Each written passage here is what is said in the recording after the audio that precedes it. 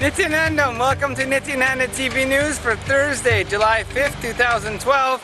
The year of meditation and cosmic partying, the kind that doesn't do damage to our bodies. Now for today's headlines. Morning Satsang from the Swamiji. Inner Awakening Update. July 7th and 14th, eNLight weight loss and natural wellness programs in Sedona, Ohio, and Toronto. A review of some of the illegal acts of June against Paramahamsa Nithyananda and Nithyananda Dhyanapeetam.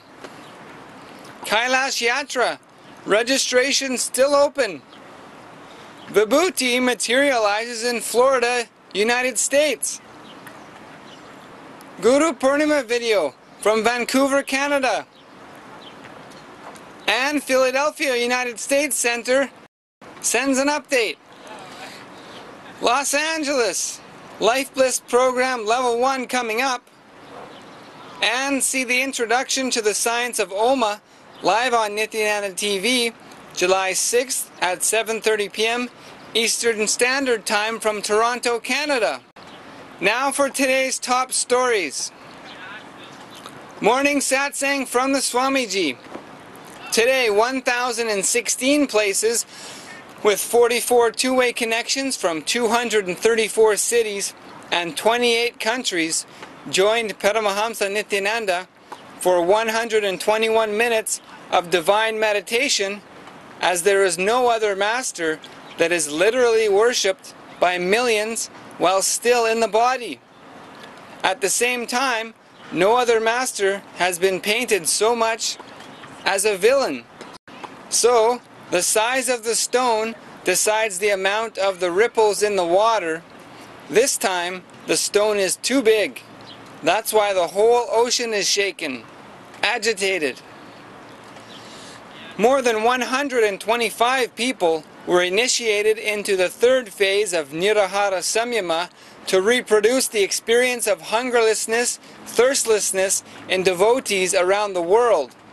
The whole day, those who successfully completed the first two phases of 2 days and 7 days each are expected to be practicing a japa, feeling connection and unclutching the whole day for these 11 days beyond hunger and thirst, the third level of Nirahara Samyama. If you feel hungry or tired at all, any moment, immediately you should eat.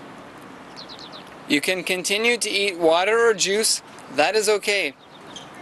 Inner Awakening Update. To cheers from the Satsang crowd, Swamiji said that from today, Inner Awakening long sessions are starting.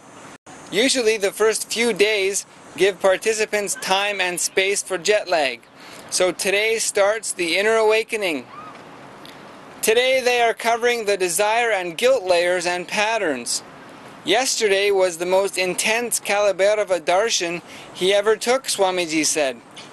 The darshans used to hit devotees like a crowbar, and people could not stand the energy transfer. But now he says it's like thousands of needles working inside. It was like a cyclone pushing people, and very little was absorbed. But now it is like an injection to go permanently inside. As well, this Inner Awakening group will have all Bhava Darshans. July 7th to 14th, eNLight weight loss and natural wellness programs in Sedona, Ohio, and Toronto. eNLight is a 7-day, 8-night, all-inclusive retreat program based on scientific, safe, and time-tested Vedic methods of weight loss and holistic living. It is a non-invasive, enlightening, pain-free, no-relapse weight loss program. Included is yoga, meditation and pranayama, powerful cleansing kriyas, samyamas for integration, coursework in life solutions, take-home techniques for daily practice, Ayurvedic vegetarian cuisine, and fresh organic juices and smoothies. Featured are live internet blessings from enlightened avatar Paramahamsa Nithyananda. Email eNLight.sedona@gmail.com. Upcoming dates include July 7th to 14th in Sedona and Toronto, and July 14th to 21st in Ohio. Nithyananda.org runs down the events of Vibhuti Ashram from June 2012. Visit nithyananda.org/support/justice-nithyananda for an extensive rundown of the events at Vibhuti Ashram from June 2012 and recently. There are links to English translations as well as media reports and legal opinions. On July 7, 2012, Swarna TV channel's chief Ajit illegally entered the Vibhuti Ashram for a press meet while trying to serve a legal summons as a guest member of the media. Sensing a possible security hazard, ashram personnel tried to remove him and the package from the hall. It was later discovered that a group of 20 persons with an agenda to disrupt the press meet had trespassed into the campus by showing their media cards and carried out this deliberate illegal attempt. The same person also abused the women devotees of Nithyananda by calling them prostitutes, and his henchmen molested one of our sannyasinis. The summons was illegal according to the Hague Convention. According to the Hague Convention of 2007, as applicable to India, only a judicial officer authorized by a central authority Ministry of Law and Justice can serve a summons. Ajit, editor of Swarna, is a media person, not an authorized judicial officer. Trying to serve a summons illegally is a planned crime and a fraud. Also, by serving an illegal summons publicly to Nithyananda and telecasting the same on live TV being watched by thousands, Ajit has made a deliberate and malicious attempt to smear the public reputation of Paramahamsa Nithyananda. This is definitely a planned conspiracy against Nithyananda and Nithyananda Dhyanapeetam coordinated by Swarna. We request the law to look into these grave offenses and take immediate action against Ajit, Swarna TV, and all others responsible for this conspiracy.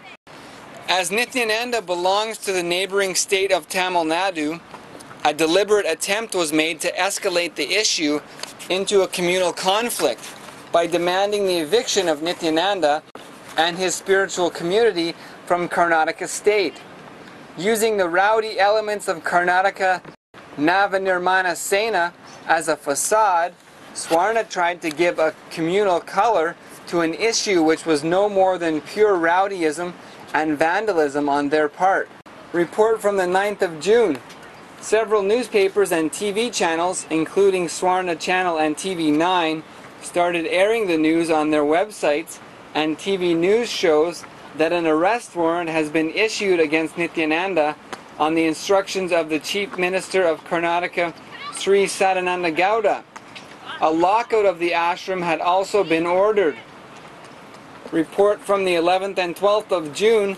The ashram was suddenly subjected to a thorough search by a platoon of about 50 members of the police, led by the district commissioner, who sealed off certain areas of the ashram, stopped the movement of people and materials in or out of the ashram, and investigated our ashramites, including the children studying in our Gurukul. No written order was given to us authorizing either the search, the sealing of the ashram, or the investigation. Hence, this was a completely illegal operation that not only violated our human rights, but instilled terror and caused irreparable trauma to our ashramites, especially to our children. Paramahamsa Nithyananda illegally arrested. Report from the 13th of June.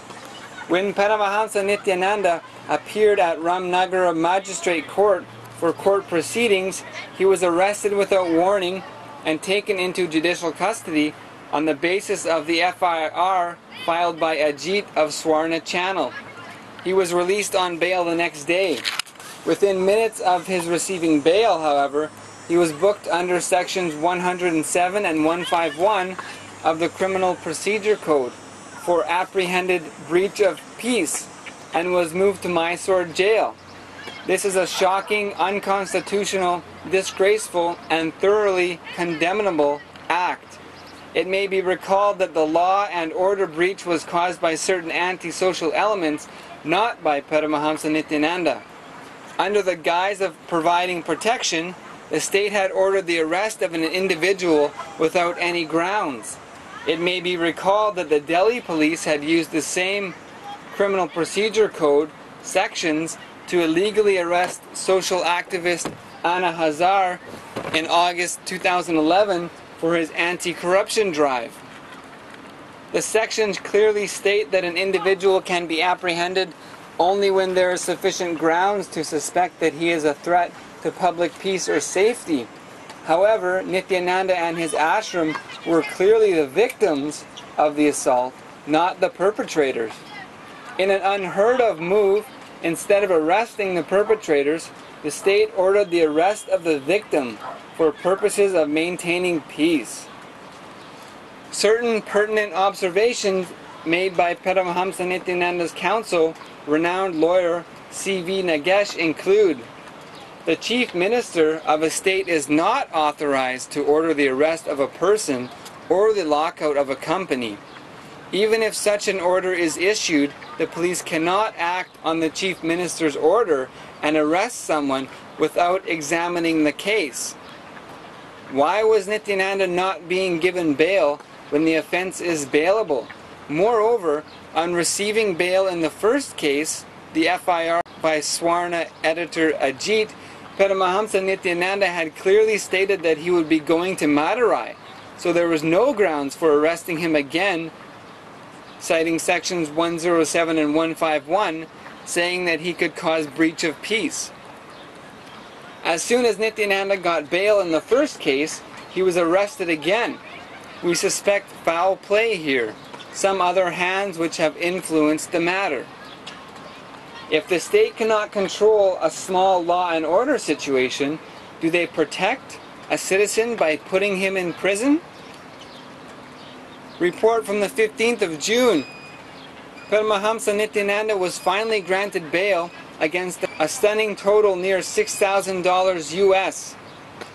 His situation is far from safe, as his bail is liable to be revoked at any moment if the authorities suspect any possible breach of peace.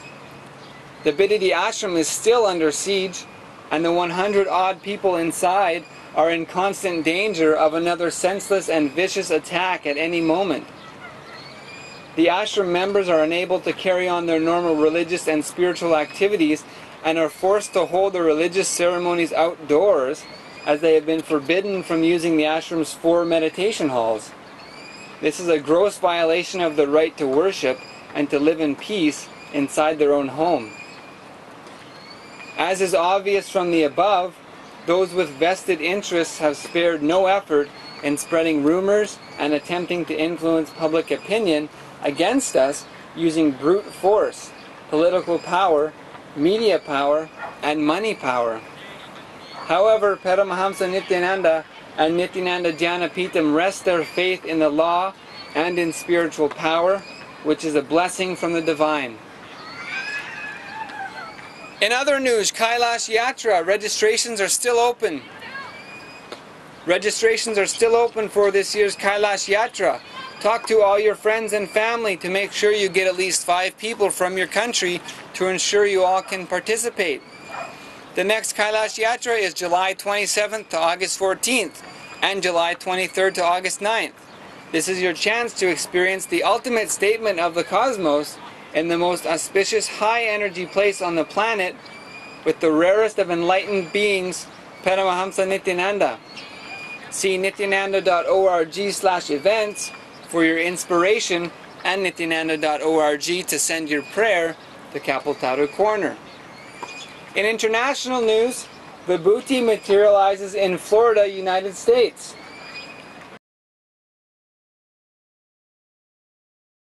Guru Purnima video from Vancouver Puri in Canada.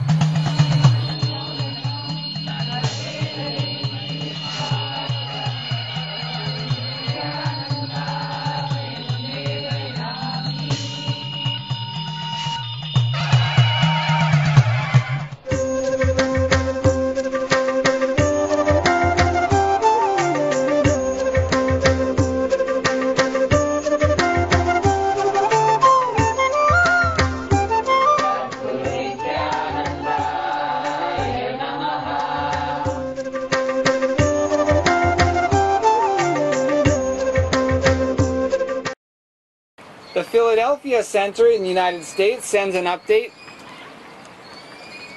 Philadelphia continues arranging Puja Acharya training in the East Coast, as well as working in the Homa project there. They also continue supporting the creation of new centers, including Washington, D.C., London, Jabalpur, Virginia, and Kathmandu, Nepal, specifically with their Jivan Mukti Vrata, Nayana Diksha service, and Life Bliss activities, as Kathmandu is in the process of registering the Sangha as per Nepalese law. For Guru Purnima, dinner was served in Philadelphia for a vast array of visitors, as it is the only meeting Sangha in the area. And highlights include the two-way connection for Guru Puja. Los Angeles, July 7th and 8th, Saturday and Sunday, is the two-day Life Bliss Program Level 1 workshop, running 8 a.m. to 8 p.m. both days. Contact 909-625-1400 or email info@lifebliss.org. And see the introduction to the science of Homa live on Nithyananda TV July 6th at 7:30 p.m. Eastern Standard Time from Toronto, Kailash. That's all from Nithyananda TV News for now. Thank you for joining us, and let us end our news with a bliss dose from the Avatar. I neither hypnotize nor mesmerize. I only dehypnotize and liberate you from the mesmerization of society. We'll see you next time on Nithyananda TV News. Nithyanandam.